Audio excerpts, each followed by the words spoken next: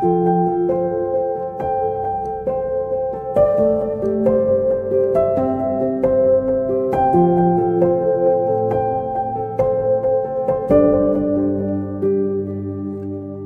à chacun.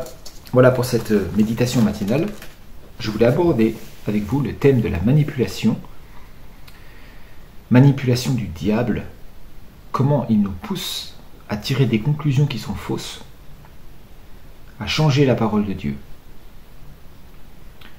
Ce passage est très célèbre. Il s'agit de Genèse 3, la discussion qui a eu lieu entre le serpent, qui était à ce moment-là l'agent du diable, et Ève. Mais avant tout ça, j'aimerais dire, pour que les choses soient bien claires, si Ève a été séduite, c'est par l'homme que le péché est entré dans le monde, et la mort. C'est Adam qui était responsable de garder la loi et de la rappeler. C'est pour ça que Dieu va le voir, lui, quand la faute a été commise. Et Adam dit, c'est la femme que tu m'as donnée, qui m'a donné du fruit, et moi j'en ai mangé. Il se pose en victime, alors qu'il aurait dû, je pense, assumer sa faute. Donc c'est très important de rappeler ça. Si la femme a été séduite, l'homme est tombé dans le péché du silence, peut-être de la lâcheté, ne voulant pas avoir un conflit avec Ève. En tout cas, il aurait dû parler, et il ne l'a pas fait. Le serpent était le plus rusé de tous les animaux des champs que l'Éternel Dieu avait fait. Donc on est en Genèse 3. Il dit à la femme, Dieu a-t-il réellement dit, vous ne mangez pas de tous les arbres du jardin.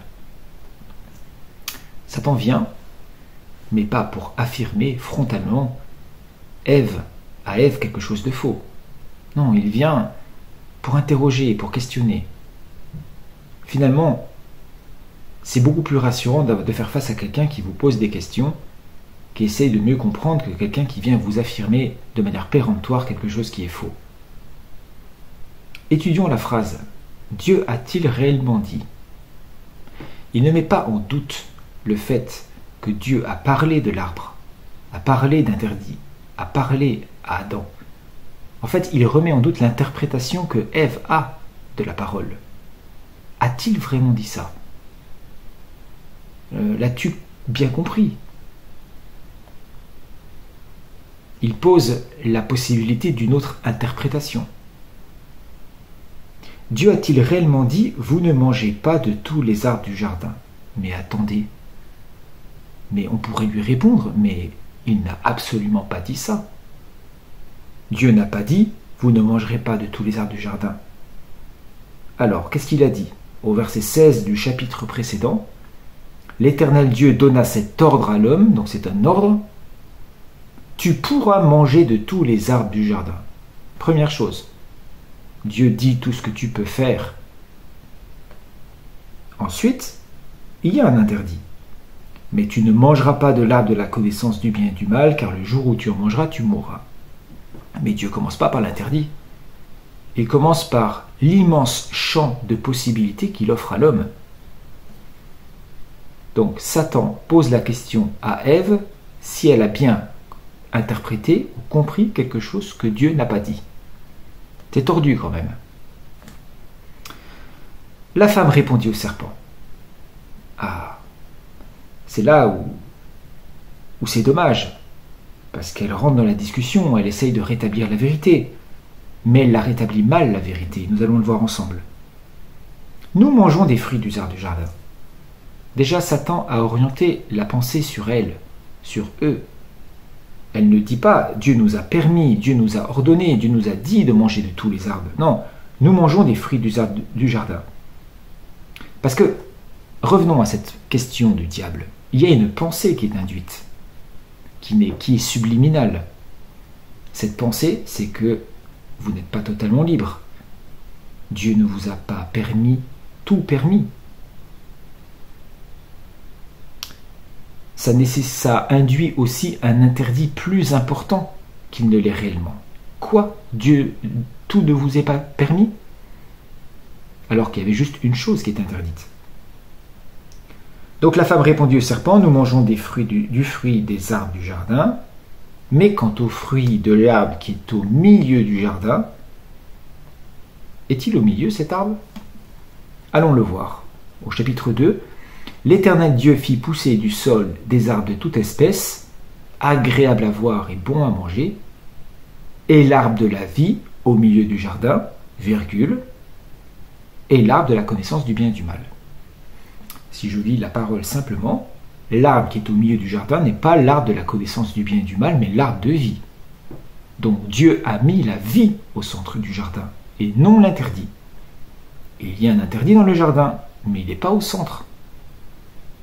En fait, Ève, elle fait comme la religion quand elle devient, comment dire, quand il ne s'agit plus de la vraie religion, de la vraie piété. C'est-à-dire qu'elle met l'interdit au centre. Elle met ce qu'il ne faut pas faire en premier lieu.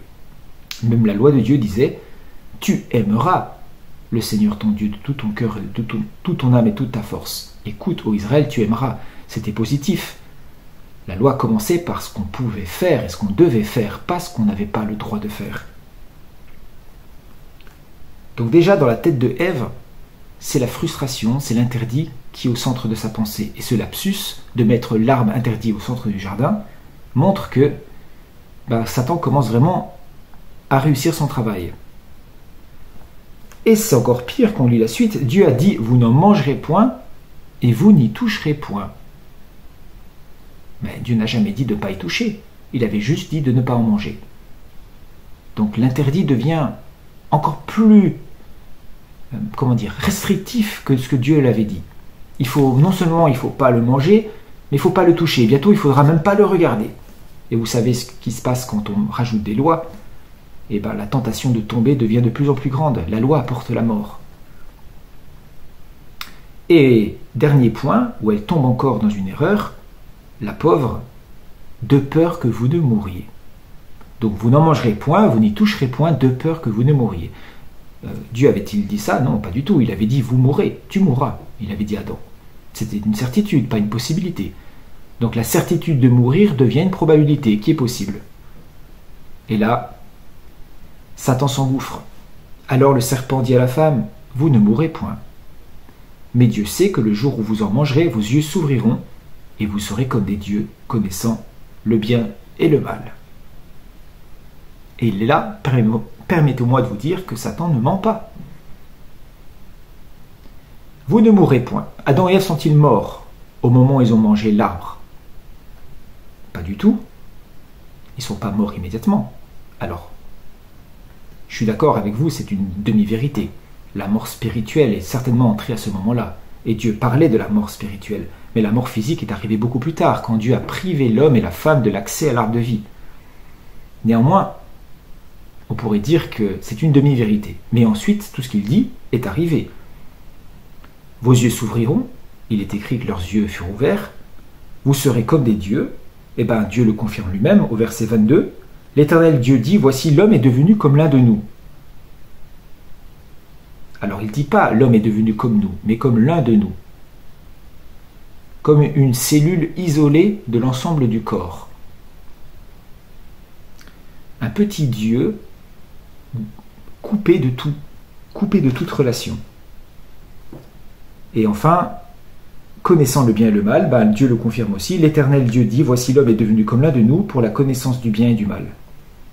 Donc Satan ne ment pas. Alors où est le problème? Où est le cheval de Troie? Où est l'erreur? C'est dans la pensée qui est induite.